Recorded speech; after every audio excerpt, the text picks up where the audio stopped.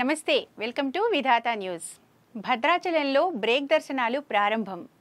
ఉదయం రాత్రి అవకాశం. దక్షిణ అయోధ్యగా ప్రసిద్ధిగాంచిన భద్రాచలం శ్రీ సీతారామచంద్ర స్వామి వారి ఆలయంలో బ్రేక్ దర్శనం ప్రారంభమైంది.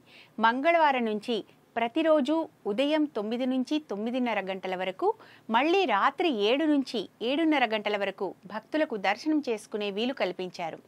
బ్రేక్ దర్శనం టికెట్ ధరను 200 రూపాయలుగా నిర్ణయించారు. ఆలయ కౌంటర్లు, అధికారిక వెబ్సైట్లో ఈ టికెట్లు అందుబాటులో ఉంచారు.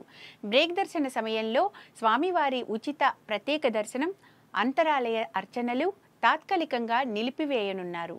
రాములోరి నిత్యారాధనలు రోజు ఉదయం 4:30 గంటలకు ఆలయ తలుపులు తెరుస్తారు. రోజు ఉదయం 4:30 గంటలకు ఆలయ తలుపులు తెరుస్తారు. సుప్రభాత సేవ నిర్వహిస్తారు.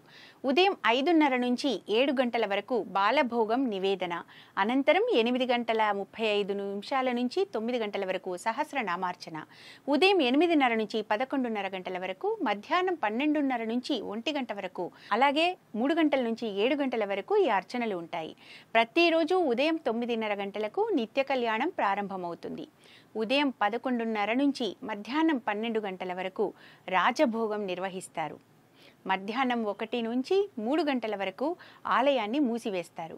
రాత్రి 8:30 నుంచి 9 గంటల వరకు నివేదన, అనంతరం పవళింపు సేవ ఉంటుంది.